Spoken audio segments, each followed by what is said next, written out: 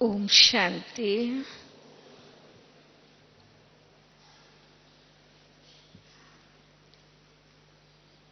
प्यारे बाप दादा ने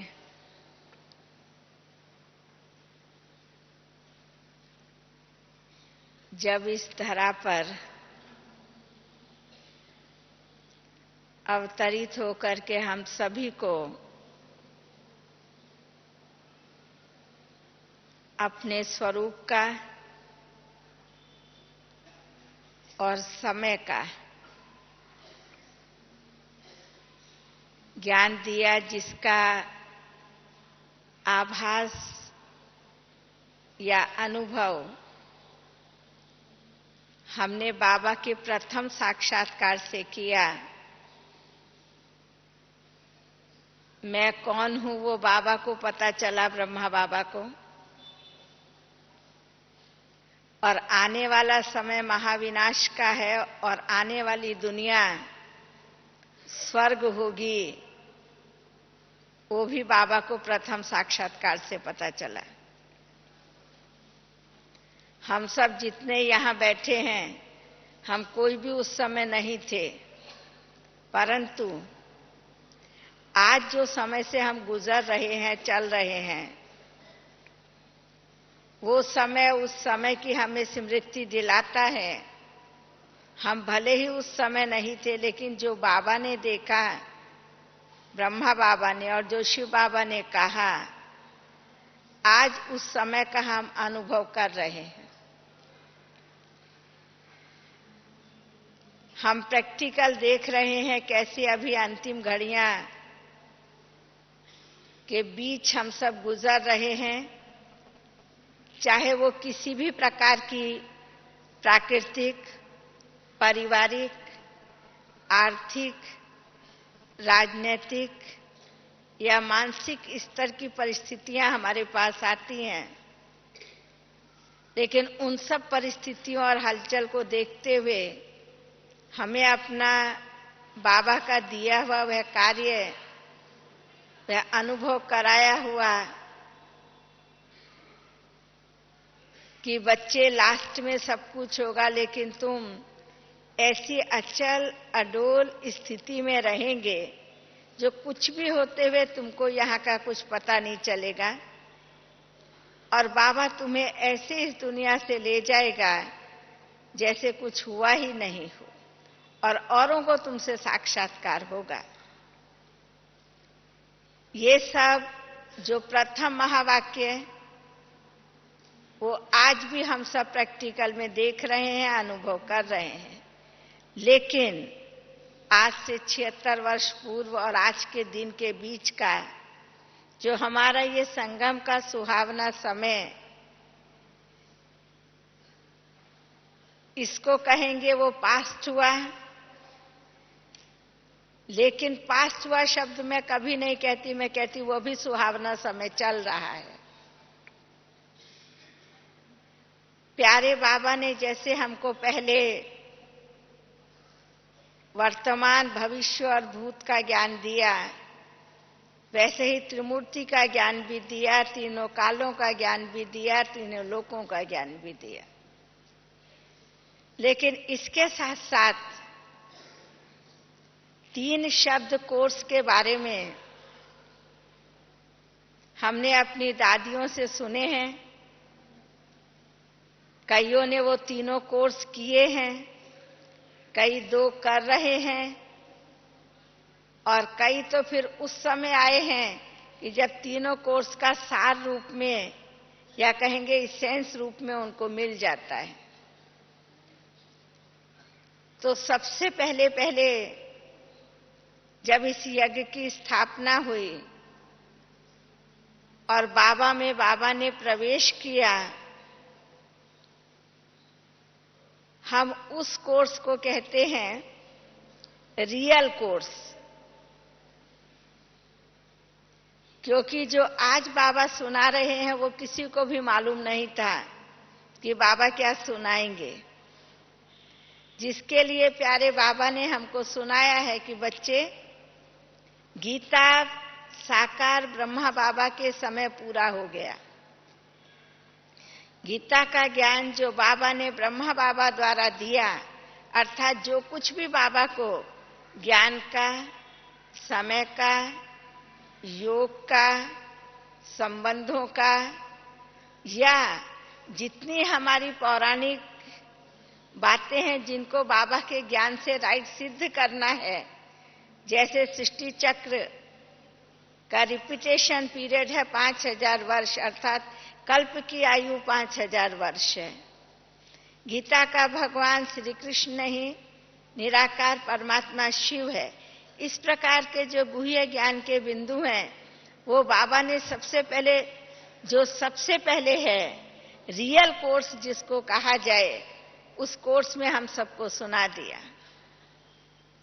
लेकिन उस रियल कोर्स के अंदर ही आप अगर गहराई से जाकर के देखें तो रिवाइज कोर्स भी साथ साथ चल रहा था, साकार बाबा के समय से ही। आप कहेंगे बाबा साकार में है, रिवाइज कैसे हो रहा था? तो आपने कई बार बाबा की मुरलियों में सुना होगा कि बाबा एक पॉइंट को, आत्मा की पॉइंट हो, चाहे योग की पॉइंट हो या किसी को समझाने की पॉइंट हो, बाबा हमेशा कहते मैं वही बात बार बार क्यों रिपीट करता हूं, क्यों रिवाइज करता हूं? क्योंकि जिन्होंने सुना है वो भूल गए हैं, और जो नए आए हैं उनको भी तो सुनाऊंगा ना। तो देखा जाए प्यारे बाबा ने अपने समय से ही रियल कोर्स के बाद मुरलियों द्वारा ही आत्मा का अनुभव कैसे करो, योग में सर्व संबंधों का सुख बाबा से कैसे लो, वो आत्मा कैसे बाबा पर बलिहार जाए कि मेरा तो एक शिव बाबा, दूसरा ना कोई। इसके लिए कितनी रीति से, अलग अलग रीति से बाबा ने बार बार उन्हीं बातों को रिवाइज करके और फिर रियलाइज कराया है। आप कहेंगे साकार बाबा ने रियलाइज कैसे कराया? प्रैक्टिकल मिसाल मैं आपको फरवरी और जनवरी मास की मुरलियों से, इसी वर्ष जो हम साकार बाबा की मुरलियां सुनते हैं, उन मुरलियों में आपने देखा होगा आधा पेज के बाद फिर मुरली का गीत बजता है। अब क्या जो आधा पेज मुरली के गीत से पहले हमने सुना वो मुरली नहीं? क्या मुरली में सुना है? मुरली ही है। लेकिन वो क्या चीज है जो ब्रह्मा बाबा ने अमृत वेले के योग से, या जो ब्रह्मा बाबा का पहले दिन से कई दिनों से बच्चों के लिए, विश्व की आत्माओं के लिए संकल्प चलता था, वो संकल्प बाबा पहले क्लास में आते ही जो उन्होंने खुद रियलाइज किया वो बच्चों को रियलाइज करा देता था। उसके बाद फिर गीत बज के, जैसे शिव बाबा की पदरामणि ब्रह्मा बाबा में होती है और बच्चों को मुरली सुनाते हैं बाबा, ठीक उसी प्रकार से मुरली विधिवत शुरू होती है और हम सब बाबा की मुरली सुनते हैं। तो अगर हम ध्यान से मुरलियों को, साकार बाबा की मुरलियों को ध्यान से पढ़ें, तो मुझे दीदी की बात, बड़ी दीदी की एक बात सदा याद आती है। हम कभी कभी दीदी को बोलते थे, दीदी अव्यक्त मुरली बहुत अच्छी लगती है। दीदी बोली अव्यक्त मुरली आई कहां से? कहां से आई? बाबा अव्यक्त हुआ कहां से? व्यक्त मुरलियों से बाबा अव्यक्त हुआ, और व्यक्त बाबा जो अव्यक्त हुआ वही अव्यक्त मुरली चला रहा है दीदी हमेशा। तो जो साकार बाबा की मुरलियों की गहराई में ना जाकर के उसके रहस्य को, उसकी शक्ति को, उसकी नवीनता को, उसकी स्पष्टता को अनुभव ना कर सके, वो अव्यक्त बाबा की मुरली भी उसके कानों तक रहेगी, लेकिन उसके मन प्राण में जाकर के, दिल में जाके समा जाए और वो स्वरूप बन जाए, वो भी नहीं होगा, शब्दों तक रह जाएगा। तो देखा जाए साकार बाबा की मुरली ही अपने आप में रियल कोर्स भी है, रिवाइज कोर्स भी है और रियलाइजेशन कोर्स भी। अब जिसको हम सब जनरल रीति से जानते हैं कि जब बाबा व्यक्त हुए, सब साकार बाबा की मुरलियां हमको रिवाइज होकर के मिली। आप वर्ष में एक मुरली 18 जनवरी सुबह साकार बाबा की मुरलियां सुनते हैं। मैं तो अपनी दादियों को दिल से थैंक्स देती हूं, और जिस दिन सुबह को वो अमृत वेले मुरली की क्लास में, सुबह की क्लास में मुरली पढ़ती हूं, तो मुझे वो चीज सामने याद आती है कि सारा वर्ष हम सब मुरलियां सुनते हैं, पढ़ते हैं, औरों को सुनाते भी हैं। सबका अपना अपना ड्रामा में सेवा का रोल है या जो कुछ भी है। लेकिन हमारी दादियों को देखिए, मुरली स्वयं 3-4 बार 5 बार पढ़ती हैं, क्लास में सुनाती हैं, सारे दिन के अंदर जो पत्र लिखती हैं उनमें भी मुरली का पॉइंट होता है, और फिर जब वो किसी से मिलती हैं दिन भर के अंदर, मुरली के पॉइंट को लेकर के उस दिन मिलती हैं। सारे वर्ष की मुरलियों का सार बुद्धि में रख करके दादियों का ये कोशिश होता है कि वर्ष के अंदर बाबा ने जो विशेष धारणाएं, विशेष पुरुषार्थ, विशेष स्वरूप बनने के लिए या त्याग और तपस्या करने के लिए या धारणा करने के लिए जो भी बाबा ने इशारा दिया हो, 18 जनवरी को उनको वो सार रूप में मिल जाना चाहिए। आप मार करके देखिए, जब से हमें अव्यक्त बाप दादा का पाठ शुरू हुआ और पहली 18 जनवरी जब हमारे सामने आई, फर्स्ट 18 जनवरी 1970 की, उस मुरली से और अब तक की मुरली को अगर आप देखेंगे तो आपको पता चलेगा कि सारे वर्ष की मुरलियों की जो सार है, धारणा का हो, योग का हो, ज्ञान का हो, वो सब दादियां ध्यान में रख के हमको देती हैं कि सारे वर्ष का सार इनके पास आ जाए। तो इनको लगे कि अभी हमें इस असार संसार से सार रूप में स्थित होकर के, अपने स्वरूप में स्थित होकर के, विश्व को साक्षात्कार करा के बाबा को प्रत्यक्ष करके वापस घर जाना है। अब इसके साथ साथ आप देखेंगे, एक है हम साकार बाबा की मुरलियों को रिवाइज करते हैं, दूसरा है इसके साथ साथ जब हम अव्यक्त बाबा की रियलाइजेशन की मुरली सुनते हैं, तो उस रियलाइजेशन की मुरली से हमको लगता है जो चीज हमको चाहिए, जैसे फॉर एग्जाम्पल कोई समझता है मेरे में सहन शक्ति की कमी है, और जब बाबा की सहन शक्ति के लिए एक वरदान बाबा का हम सुनते हैं कि बच्चे, सहन करना कोई झुकना नहीं है, सहन करना कोई मरना नहीं है, लेकिन सहन करना है प्यारे बाबा की आज्ञा का पालन करना है। तो जब सिर्फ सहन शब्द को हम प्रयोग करते हैं तो कहते बहुत सहना पड़ता है, बहुत भारी काम लगता है। इसमें कई निराश भी हो जाते हैं, उदास भी हो जाते हैं, थक भी जाते हैं, डर भी जाते हैं, कई तो कहते छोड़ भी देते हैं ज्ञान को, नहीं सहन कर सकते। लेकिन जिस समय आत्मा को ये बात याद आ जाए, सहन करना कोई झुकना या मरना नहीं है, या सहन करना नहीं है, सहन करना है प्यारे बाबा की आज्ञा को पालन करना है। तो बाप की आज्ञा का पालन बच्चे को करने में क्या कठिनाई है? क्यों? बाप अगर बच्चे को किसी आज्ञा का पालन करने को कहता है, बाप के पास वो शक्ति है, वो सामर्थ्य है कि वो उसको संभाल सकेगा। अगर बच्चे को उस आज्ञा के पालन करने के रास्ते में कुछ कठिनाइयां आएंगी, कुछ विघ्न आएंगे, कुछ बाधाएं आएंगी, कुछ समस्याएं आएंगी, वो सामर्थ्य हर लौकिक बाप के पास भी होता है, तो अलौकिक और पारलौकिक बाप के पास वो सामर्थ्य नहीं होगा। जो चीज बाबा ने हमको आज्ञा के रूप में सहन करने को कहा है, वो क्या कठिन होगी?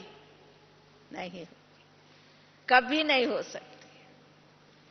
ये बात हमें सदा याद रहे तो संगम युग में जो हम प्राप्ति और भाग्य को भूल करके सहन करने को आगे रखते हैं, चाहे परिवार के बीच में बैठ के सहन करना पड़े, चाहे अलौकिक जीवन में जब समर्पण हो जाते वो सहन करना पड़े, चाहे व्यापार में व्यवहार में नियमों को लेकर के सहन करना पड़े, कहाँ भी कुछ करना पड़ता है, कहाँ भी सदा याद रखो जिसने ये आज्ञा दी है उसने वो शक्ति भी दी है, उसके पास सामर्थ्य है कि उसकी आज्ञा के अनुसार मैं कदम उठाऊंगी या उठाऊंगा।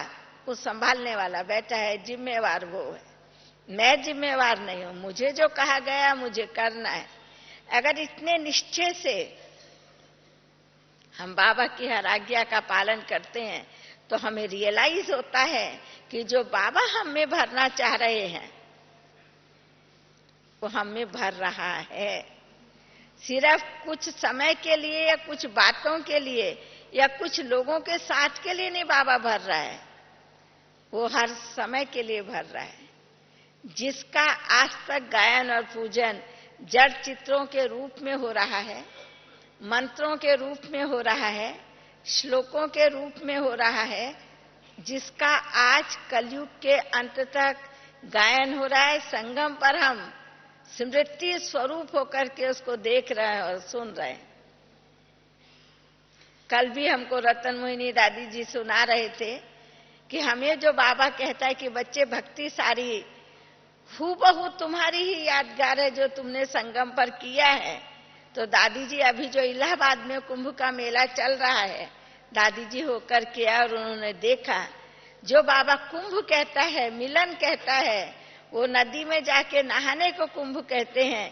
लेकिन जब दादियों के पास सन्यासी गुरु वो लोग मिलने के लिए आते हैं तो उनको अनुभव होता है हमें उस नदी में नहाने से जितना अपनी पौराणिक रीति के अनुसार, प्रचलन के अनुसार सुख मिलता है, उससे कहीं सुख ज्यादा हमें दादियों के मिलन से मिलता है। रियल कुंभ हमें ये अनुभव होता है।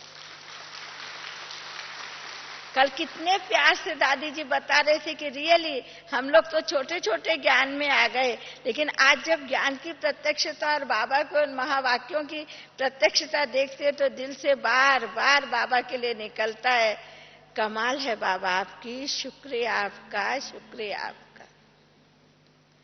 तो इसी प्रकार अगर हम देखें जो हमारे दो कोर्स एक साथ चल रहे हैं, एक रियल कोर्स जो रिवाइज होकर के साकार बाबा की मुरलियों का चल रहा है और एक अव्यक्त मुरलियां जो कि रियलाइजेशन के रूप में हमारे पास आ रही हैं। परंतु अभी हम 5-6 साल से आने वाले भाई बहनों के भाग्य की इतनी सराहना करती हूँ, इतनी सराहना करती हूँ, थैंक्स है। वो किस समय बाबा के पास आए, आप जब एक कोर्स में उन्हें सारे कोर्स मिल रहे हैं। आप कहेंगे कैसे कोर्स में सारे कोर्स मिल रहे हैं?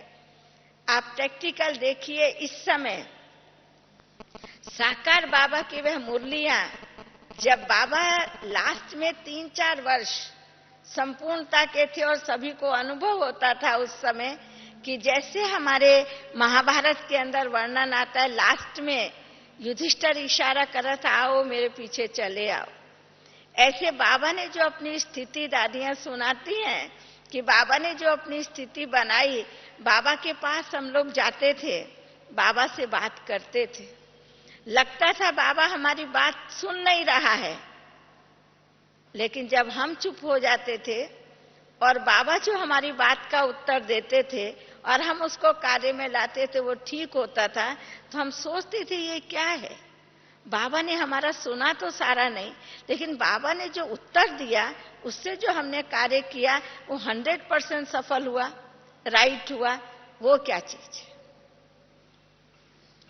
तो जिस स्थिति के, जिस पुरुषार्थ के द्वारा ब्रह्मा बाबा ने अपनी अंतिम रियलाइजेशन स्थिति को बनाया और बच्चों को 2-3 वर्ष रह करके इस तन में उस कर्मातीत अवस्था का, संपूर्ण अवस्था का, फरिश्ता अवस्था का, शरीरी अवस्था का अनुभव कराया।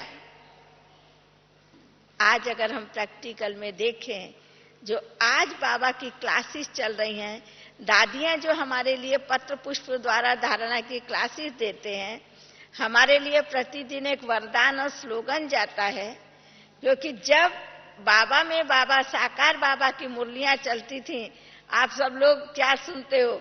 मुरली में सबसे पहले मुरली का सार सुनते हो मीठे बच्चे से, उसके बाद क्वेश्चन और आंसर सुनते हो, फिर मुरली सुनते हो। तो कई भाई बहनों ने तो जैसे नियम बना दिया है कि हमको तो पका हुआ खाना मिल जाता है, पर हजम तो हमको ही करना है, वो भूल जाते हैं। तो डायरी पेन खोलते हैं और डायरी पेन खोल करके क्या करते हैं, आराम से मुरली का सार लिख देंगे, क्वेश्चन आंसर लिख देंगे, फिर डायरी खोलेंगे, धारणा जब लिखी जाएगी उसके बाद वरदान और स्लोगन लिख देंगे, बंद कर देंगे डायरी को। खाना पका हुआ तो मिल गया ना, लेकिन हजम तो आपको ही करना पड़ेगा। पके हुए खाने को चबाना तो आपको ही पड़ेगा। फिर 24 घंटे उसको रक्त बनने के लिए समय तो आपको ही देना पड़ेगा। वो कौन देगा? कोई और देगा क्या? खाना कोई भी पका के दे देगा, हजम तो आप करेंगे, खाएंगे तो आप। फिर उसको 24 घंटे शरीर में रख करके उसको रक्त तो बनने देंगे ना, कि नहीं बनने देंगे? ठीक इसी ही प्रकार से ज्ञान भी भोजन इसी प्रकार, बाबा कहते हैं ना, ज्ञान एक भोजन है, आत्मा का भोजन है, ज्ञान भी इसी प्रकार से भोजन है। हम सिर्फ ये ना समझ लेवें कि हमें सारी मुरली का क्वेश्चन आंसर के रूप में, सार के रूप में, धारणा के रूप में या वरदान के रूप में, नहीं। फिर भी आप जो डायरेक्ट बाबा के महावाक्य हैं मुरली में, उस एक एक महावाक्य को थोड़ा ध्यान से तो पढ़ो, ध्यान से तो सुनो। फिर उसमें से जो ना क्वेश्चन में आया है, ना सार में आया है, ना धारणा में आया है, ना वरदान में आया है, रोज अपनी बुद्धि को इतना चेतन और इतना विशाल बनाओ कि आप उससे एक पॉइंट लो जिसका आप खुद मनन करो। तो अपनी घोर तो नशा चढ़े, जिसको बाबा कहता है, खुद चिंतन करो, फिर खुद उसमें से मक्खन निकालो और फिर खुद उसको अनुभव करके धारण करके औरों को कराओ। तो आपको लगेगा मुरली मेरी, बाबा ने मेरे लिए कहा है, आज बाबा ने मुझे ऐसा अनुभव कराया है, आज बाबा की मैंने इस चीज को गहराई से जाना है, समझा है। मैं कई समय से सोच रही थी या सोच रहा था कि ये चीज क्लियर नहीं हो रही थी, लेकिन आज जब मैंने इसका चिंतन किया, मनन किया, तो मैंने सोचा कि बाबा का इतना गहरा भाव है, इसके अंदर इतना सुख भरा हुआ है। तब आत्मा को लगता है कि सचमुच ज्ञानी तू आत्मा बनना है अगर मुझे, तो मुझे बाबा की एक एक पॉइंट का स्वरूप बनना है। हम सभी मास्टर ज्ञान सागर की तो डिग्री प्राप्त कर लिए हैं।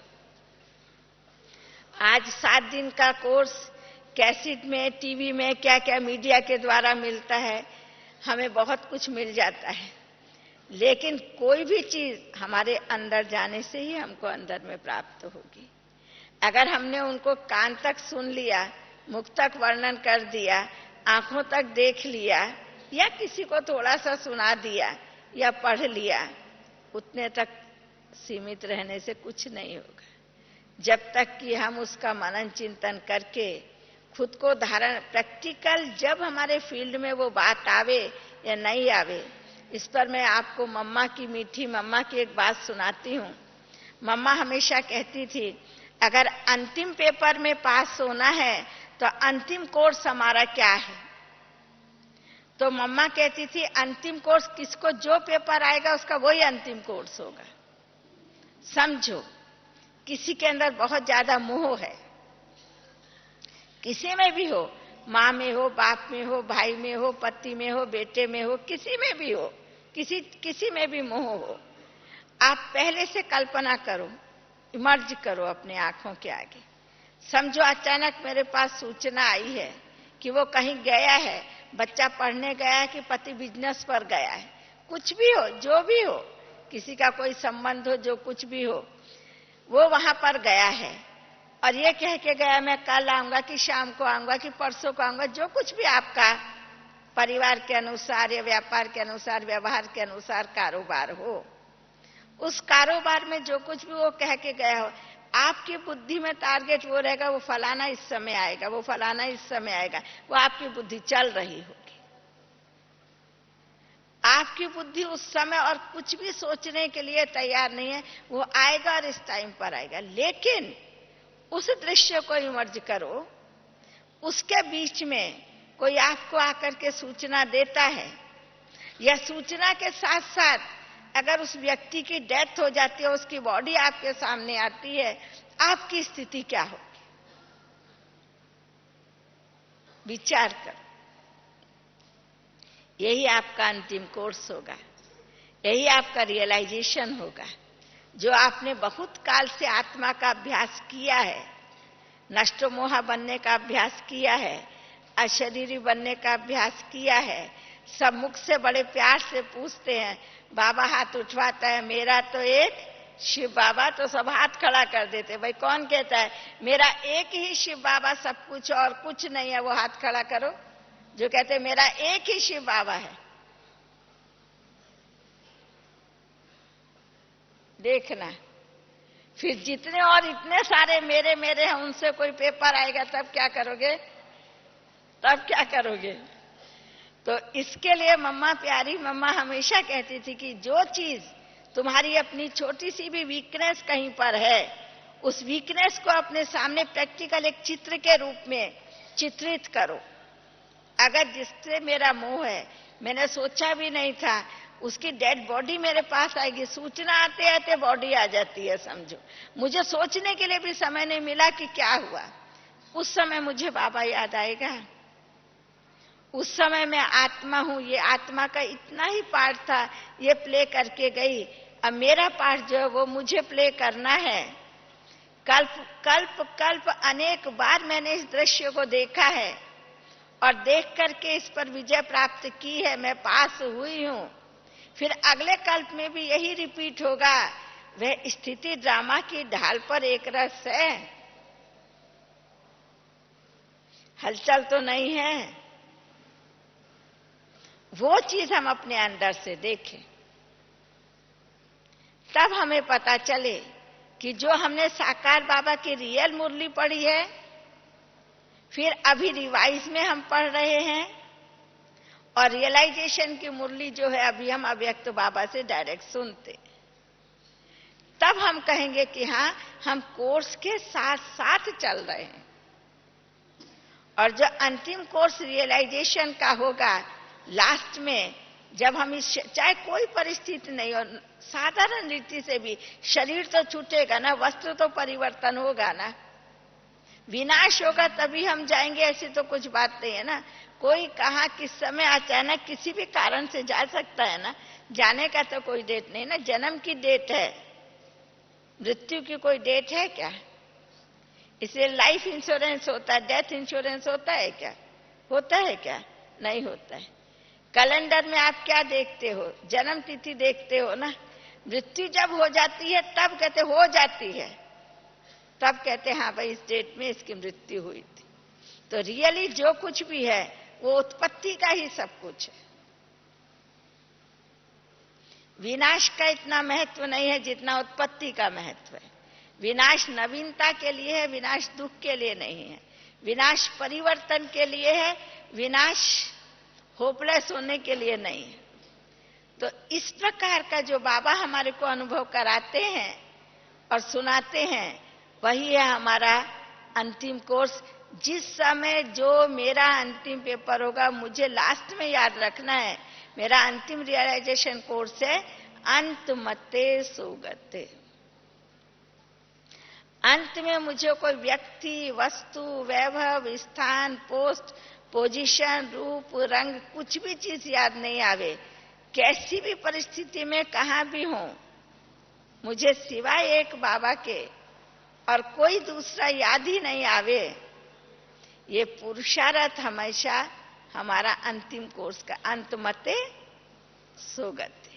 ये हमारा बहुत काल का जब पुरुषार्थ होगा, जिसका जब ईश्वरीय जन्म हुआ उसका तभी वही बहुत काल है। बहुत काल आप नहीं सोचो, बैठने लगो सोचने लगो अरे हम तो अभी इतने बाद में आए हैं। 1937 में आते थे, 1937 में आते थे, 76 साल तो आपके शरीर की आयु नहीं। उससे पहले आप कहाँ थे आपको मालूम है? क्या पता यज्ञ से ही गए हो, किसको मालूम है। इस प्रकार से वो सब बातों को सोचने में हमने साकार बाबा को देखा नहीं। कोई भी चीज देखने की क्या है इन आंखों से ज्यादा देखने की चीज है हमारी बुद्धि, जिसको हम रियलाइजेशन कहते हैं। जिन्होंने साकार बाबा से पालना ली वो छोड़ के चले गए, जो अभी अव्यक्त पालना में आ रहे हैं वो आगे जाते हैं, जिनको बाबा कहता है, विदेशियों को क्या बोलता है, डबल पुरुषार्थी। अभी डबल विदेशी नहीं बोलता है बाबा, डबल पुरुषार्थी बोलता है। तो जिस चीज का भी संबंध है हमारे अंतर से, बुद्धि से, इन चरम चक्षुओं से भी ज्यादा जो हम तीसरे चक्षु से या बुद्धि के बल द्वारा जो चीज देख लेते हैं, अनुभव कर लेते हैं, वही हमारा अपना हो जाता है। अब तीसरा कोर्स जो इस समय हमारा चल रहा है, एक है रियल कोर्स में ही बाबा ने रिवाइज कोर्स कराया और रियलाइजेशन कोर्स कराया। जैसे बाबा ने अपनी स्थिति बनाई वैसे बच्चों को भी स्थिति बनाई, योग द्वारा, मुरली द्वारा, सकाश द्वारा।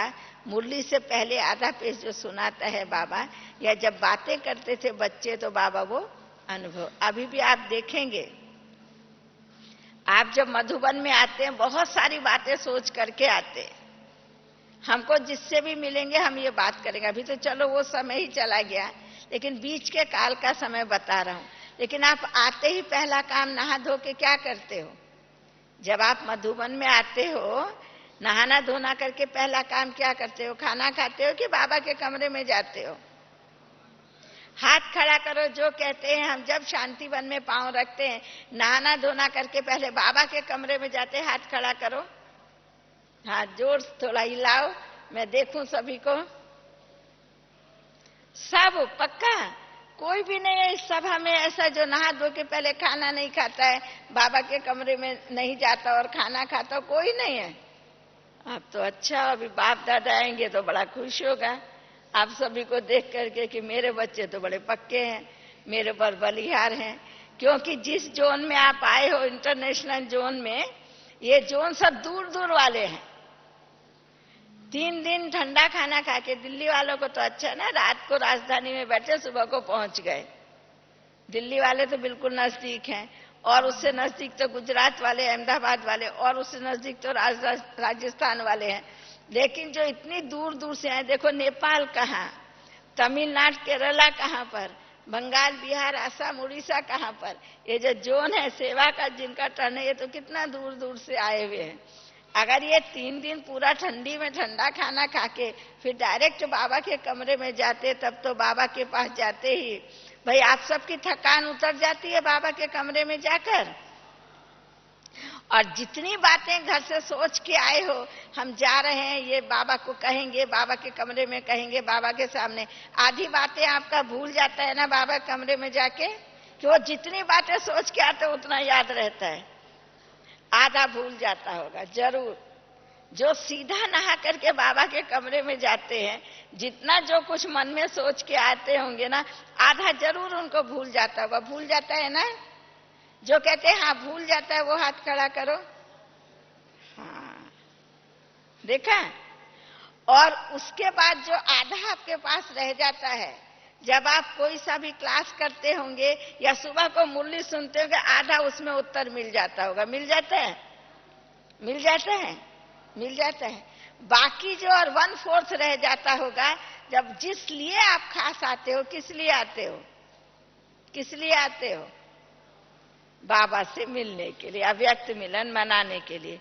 क्यों आप सबके घर में टीवी में बाबा दिखाई नहीं देता? सेंटर में किस किस के सेंटर में बाबा को देखते भी हैं और सुनते भी हैं? वो हाथ खड़ा करो।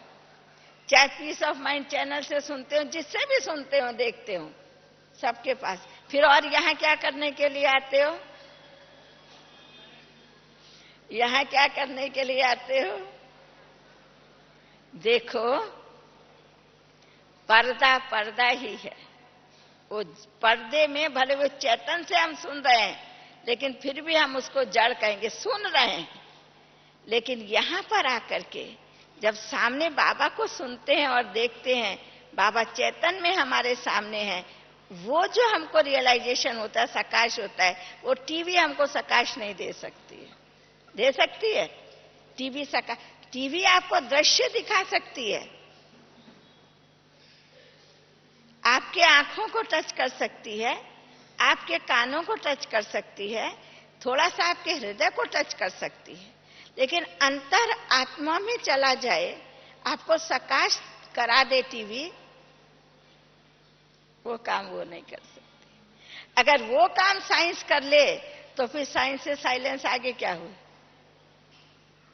अगर वो काम साइंस कर देवे, टीवी कर देवे, तो साइलेंस की तो वैल्यू कम हो जाएगी ना।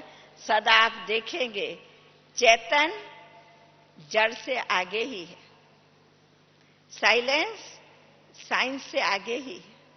सदा किसी भी जगह में आप देखो, किसी भी रूप में देखो, कैसे भी देखो, तो जो हम खास मधुबन में आते हैं, सिर्फ हम मधुबन में इसलिए नहीं आते कि बाबा के बेहद घर में जा रहे अपना स्थान चेंज करें। चैतन्य में बाबा स्वयं यहां आता है, सामने बैठ करके 10 मिनट 15 मिनट दृष्टि देता है।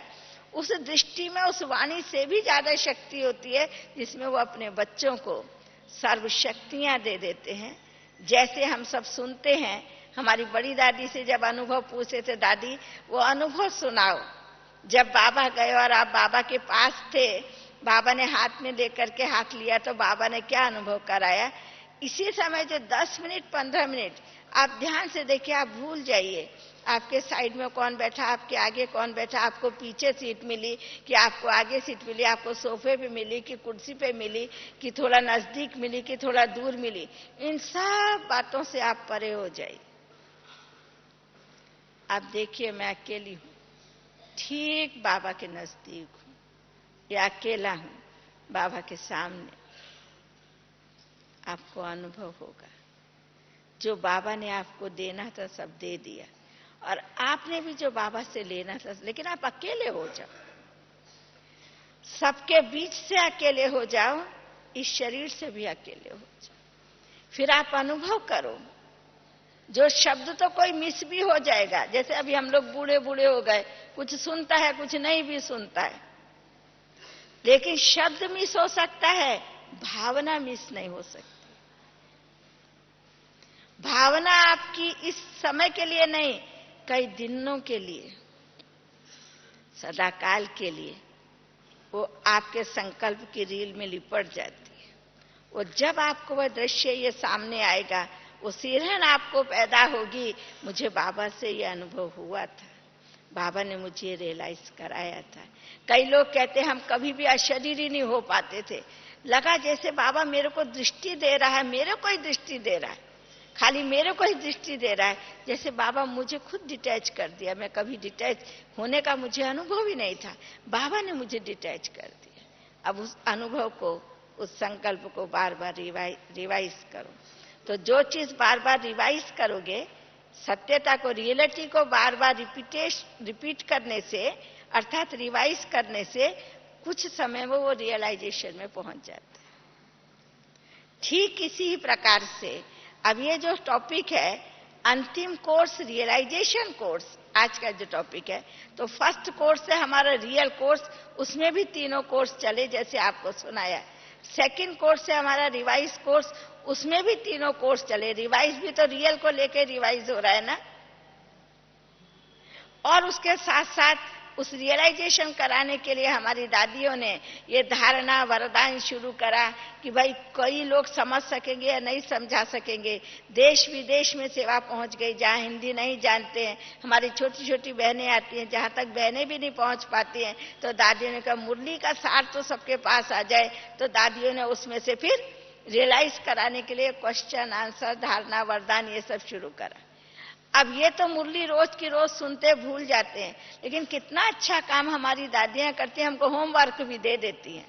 ये जो अव्यक्त इशारे या पत्र पुष्प सेंटर पर जाता है, आप सब सुनते होंगे, पढ़ते होंगे, या प्रतिदिन क्लास में सुनाया जाता है, या कहाँ कहाँ सारा एक दिन सुना देते हैं। सबका अपना अपना विधि है, लेकिन सभी के सेंटरों पर सुनाते जरूर है, ये मुझे मालूम है।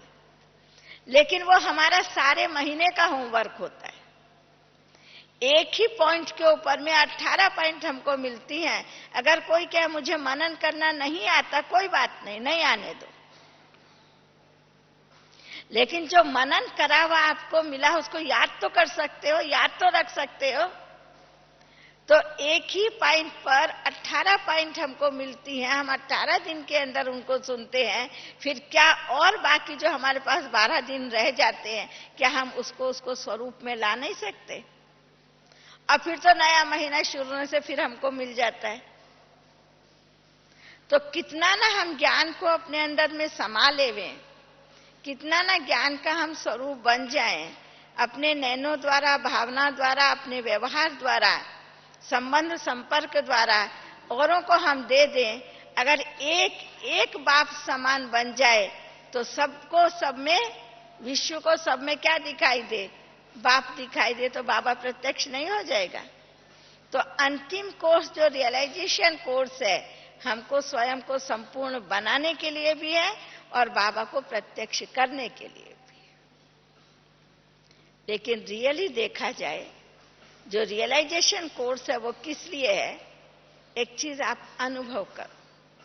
बाबा जब सृष्टि पर आया तो मैं आया हूं तुमको नर से नारायण, नारी से श्री लक्ष्मी बनाने, या मनुष्य से देवता बनाने। तो मनुष्य और देवता में जो मोटे रूप का अंतर हम सब समझते हैं, समझाते हैं, औरों को सुनाते हैं कि भाई मनुष्य के अंदर क्या होते हैं, कोई कोई गुण होता है। कोई ऐसा संसार में चैतन्य आत्मा जिसने मानव जीवन, मानव वस्त्र धारण किया हुआ हो, उसमें कोई गुण नहीं हो सकता। क्यों? वो गुणों के सागर की रचना है। रचयिता का रचना में कोई भी गुण नहीं आवे, ये हो नहीं सकता। हाँ है, परसेंटेज कम है। किसी में इतनी कम परसेंटेज है जो होते हुए भी पता नहीं चलता, लेकिन है जरूर। विश्व की कोई भी मनुष्य आत्मा ऐसी नहीं है कि जिसके अंदर कोई भी बाबा के गुणों में से कोई गुण ना हो। नहीं है, परमात्मा की संतान है ना। बाप का गुण बच्चे में नहीं होगा तो और किस में होगा? जरूर होगा ना, मनुष्य आत्मा में होगा ना। लेकिन बाबा किस समय आया? एक समय इस धरा पर ऐसा था जब चैतन्य में मनुष्य आत्माएं थी, लेकिन सर्वगुण संपन्न, 16 कला संपूर्ण थी, वो देव समान थी। दूसरे शब्दों में जिनको आज मनुष्य कहता है ये भगवान है, भगवान भगवती, लक्ष्मी नारायण को बोलते हैं नहीं, भगवान भगवती, अर्थात संपूर्ण परमात्मा का स्वरूप।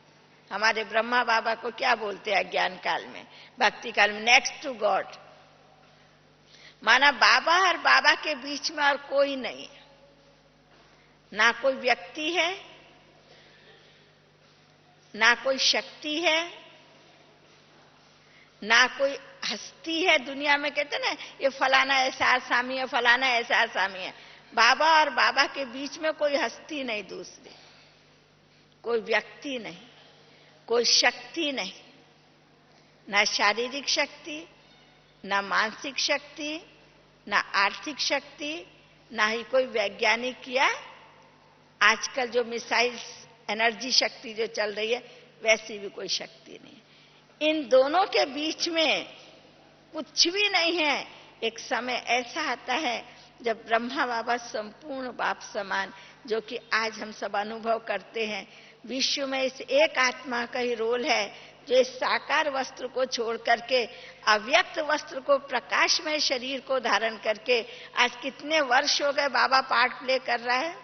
कितने वर्ष हुए बाबा को अव्यक्त हुए भाई? 44 हुए ना। 44 ईयर से बाबा पार्ट प्ले कर रहा है ना। ये पार्ट किसी और का है?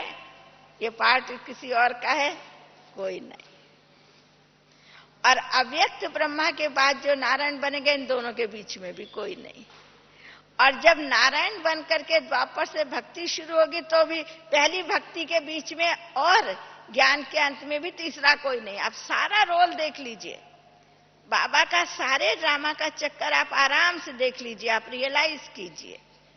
आपका भी ऐसे ही पुरुषार्थ हो, मेरे और बाबा के बीच में कोई ना।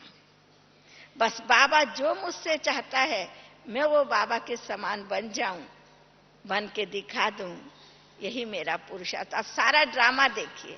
जब अभी ब्रह्मा बाबा ने अपने बीच में ना संबंध को रहने दिया, ना धन को रहने दिया, ना बुद्धि को रहने दिया, ना पोस्ट पोजीशन को रहने दिया, ना परिस्थितियों को रहने दिया, बाबा ने अपने और बाबा के बीच में किसी को स्थान नहीं दिया। इसीलिए फर्स्ट नारायण हुआ, इसीलिए भक्ति में फर्स्ट विक्रमादित्य हुआ, इसीलिए संगम पर फर्स्ट आदिदेव, एडम, फर्स्ट मैन, जो कुछ भी बोलो। और मनु की कल्पना में भी पहला मनु वही बन। तो प्रैक्टिकल अगर देखा जाए, जब हमारे और बाबा के बीच में कोई भी चीज ना रहे, कोई भी चीज ना रहे माना कोई भी ऐसी सीमा ना हो, ये होने से ये होगा, तब हम कहेंगे हम अंतिम रियलाइजेशन कोर्स करके नजदीक जा रहे हैं। अब हमारे को इतने सारा ज्ञान हम याद नहीं रख सकते, इतनी बातें याद नहीं रख सकते, लेकिन 2 बातें तो हम याद रख सकते हैं ना। उन 2 बातों को आप गहराई से देखो। बाबा हमें क्या बनाने के लिए आया? 2 काम करने के लिए। एक तो बाबा आया हमको सर्वगुण संपन्न बनाने के लिए, दूसरा सर्वशक्ति संपन्न बनाने के लिए। सतयुग में हम 2 चीजों के आधार पर ही राज्य करेंगे। एक तो हम 16 कला संपूर्ण निर्विकारी सर्वगुण संपन्न होंगे, ठीक है, और उसके बाद जो विश्व पर राज्य करने की शक्ति होगी, वो विश्व पर राज्य करने की शक्ति मर्यादा पुरुषोत्तम अहिंसा परमो देवी देवता धर्म। जो मर्यादाओं की शक्ति है, जिसमें सारी शक्तियां समाई हुई हैं, वह शक्ति और गुण और शक्ति, इन दोनों के आधार पर ही हम विश्व में राज्य करें। आपको मैं एक एग्जाम्पल देती हूं, कैसे प्रैक्टिकल बताती हूं। देखिए, कई पूछते हैं बहन जी गुण और शक्ति में अंतर क्या है? बहुत अंतर है। कितने चीजें हमारे गुण ऐसे हैं जो शक्ति में परिणित होते हैं, लेकिन कितने ऐसे हैं जो नहीं होते। जो होते हैं मैं बात बताती हूं। आप देखेंगे कितने गुण हैं जो डायरेक्ट हैं, वो डायरेक्ट शक्तियां बन जाती हैं। जैसे शांति एक डायरेक्ट गुण है। अब शांति स्थूल भी है, शांति सूक्ष्म भी है, लेकिन शांति एक शक्ति भी है, जिसको एकाग्रता की शक्ति के आधार पर मनुष्य जो चाहिए सो कर सकता है। कुछ समय पहले आपने एक चीज, बहुत दिनों की बात हो गई, बहुत समय की बात हो गई, देखा होगा यूरी गैलर करके एक नाम सुना होगा। वो क्या करता था? हाथ पर मूंग रख के उसको अंकुरित करके पौधा पैदा कर देता था। चाबियों को जेब में रखी चाबियों को मोड़ देता था। जब दादी जानकी के साथ एकाग्रता की शक्ति पर बात आई, मनों के संकल्पों को दादी ने स्थिर कर दिया। लोगों ने शांति का अनुभव किया जो कभी नींद में भी नहीं किया था, नींद की गोली लेकर के भी नहीं करा था। तो वो जो संपूर्ण पवित्रता और शांति की शक्ति थी, लोगों के मनों को शांत कर दिया, वो नहीं कर सकता था। इसलिए परमात्मा द्वारा मिली हुई पवित्र और संबंध में शांति, जो शक्ति है एकाग्रता की, उससे ही सारी शक्तियां एक मिल जाती है आत्मा को। तो शांति अपने में गुण तब तक है जब तक आपके पास 50%, अर्थात 50% कहने का मेरा मतलब है, आपने मुरली सुनी, आपको बड़ी शांति मिली। आज विशेष योग भट्टी का प्रोग्राम रहा, आपको बड़ी शांति मिली। आज कोई आपके पास में आई, कोई बहन, कोई दादी, या आप कहीं गए जहां कोई प्रोग्राम था, आपको बड़ी शांति मिली। आज देखा वो प्रोग्राम, वो क्लास, वो मुरली, आज बहुत अच्छा लगा, बहुत शांति मिली। परंतु कुछ भी नहीं है आपके पास बाहर का साधन। आप अमृत वेले उठते हैं, प्यार से बाबा को याद करते हैं। आप साइलेंस में, बाहर की साइलेंस में बैठे हैं, लेकिन किसी एक स्वमान को लेकर के आप बैठे। ऐसे कल की मुरली मुझे बाबा की बार बार, आज कई बार मुझे याद आया कल का बाबा का वरदान। बच्चे, ज्ञान को रमणीकता से लो, कठिन करके नहीं लो। जैसे मैं अपने बच्चों के खातिर कभी धोबी बन जाता हूं, कभी सुनार बन जाता हूं, कभी सर्वेंट बन जाता हूं, नहीं तो हमको हंसी आती नहीं, अरे बाबा परम, हर चीज में परम है, वो हमारे खातिर धोबी बनता है, सुनार बनता है, सर्वेंट बनता है, ये कहाँ तक ठीक है। लेकिन हम देखे बाबा क्यों, बच्चे कैसे भी करके समझ सके मेरे इस पार्ट को और मुझसे ले सके, मेरे जैसा बन सके। ठीक इसी प्रकार से बाबा भी ने भी कल हमको कहा, तुम कभी आर्टिस्ट बन जाओ, एक मूर्तिकार हो ना, अपनी मूर्ति भी बना रहे हो, औरों की भी मूर्ति बना रहे हैं। एक मूर्तिकार की बात बताता हूँ, सुनाती हूँ। उसने एक मूर्ति बनाई बहुत अच्छी, और उसने एक जैसी 16 बनाई, तो सब उसकी इतनी महिमा करने लगे, कोई मूर्ति किसी से अलग नहीं, लेकिन इसमें रियल कौन है उस 16 के अंदर किसी को पता नहीं। वो कहता था कोई नहीं पहचान सकता था।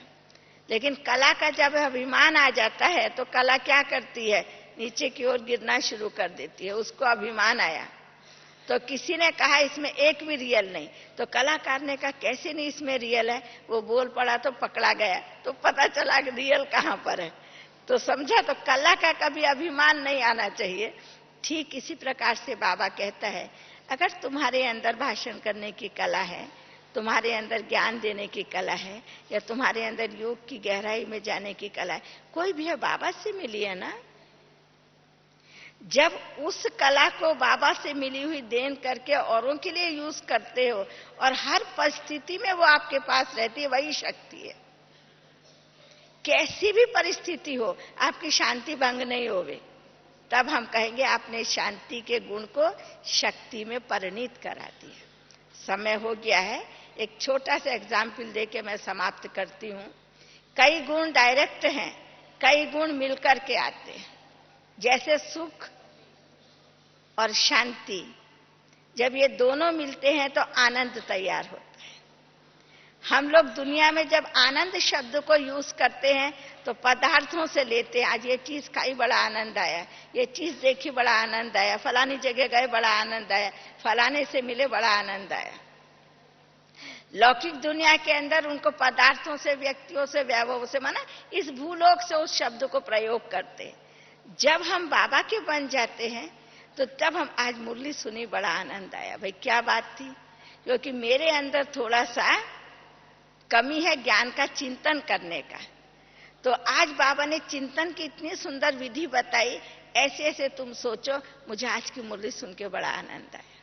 तो हमने क्या करा, वो बाबा की मुरली से योग में बैठे, आज बड़ा आनंद, क्यों मन भटका नहीं, एकाग्र हो गया।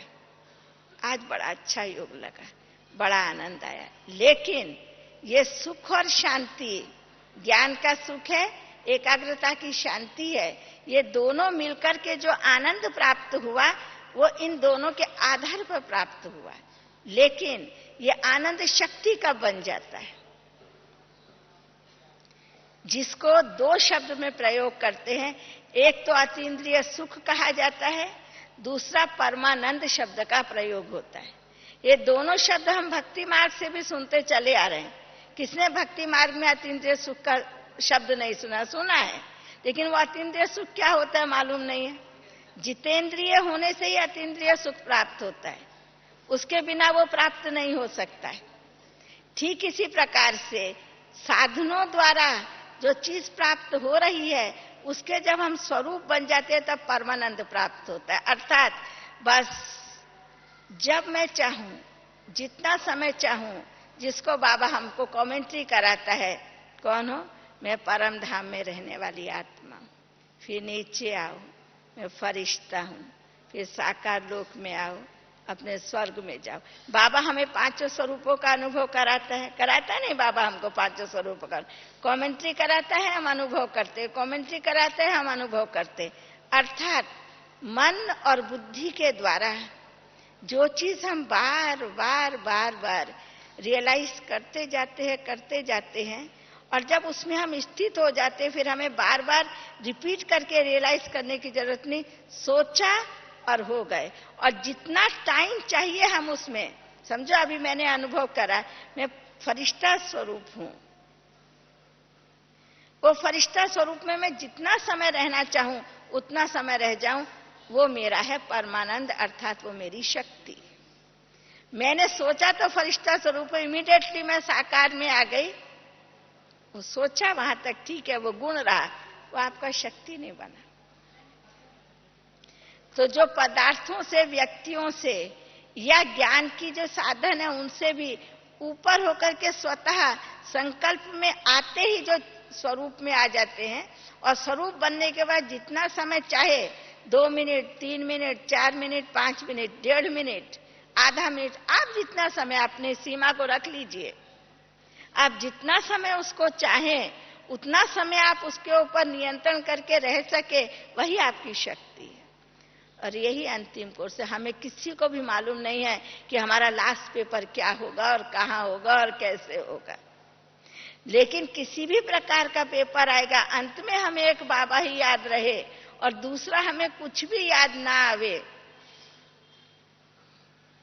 इसका बहुत काल का जब हमको अभ्यास होगा तो वही अंतिम कोर्स हमारा वही रियलाइजेशन कोर्स होगा। इसलिए बाबा कहता है जिसकी जिस समय जो कमजोरी है बहुत काल की, उसको अभी से ही मिटाओ और अपने अनुभव के संस्कार को, चाहे फरिश्ता स्वरूप का हो, चाहे बिंदु रूप का हो, चाहे दैवी स्वरूप का हो, अपने जो भी ब्राह्मण स्वरूप का हो, संपूर्ण ब्राह्मण जिसको कहता है बाबा, बहुत काल से जब आप उसका अभी से ही अभ्यास करेंगे और उसमें सहज स्थित होना शुरू हो जाएंगे, वही आपका अंतिम रियलाइजेशन कोर्स होगा। और आप अतीन्द्रिय सुख और परमानंद की अनुभूति करते करते आप बाबा के पास, बाबा के समान बन करके पहुंच जाएंगे। ओम शांति, ओम शांति, ओम शांति।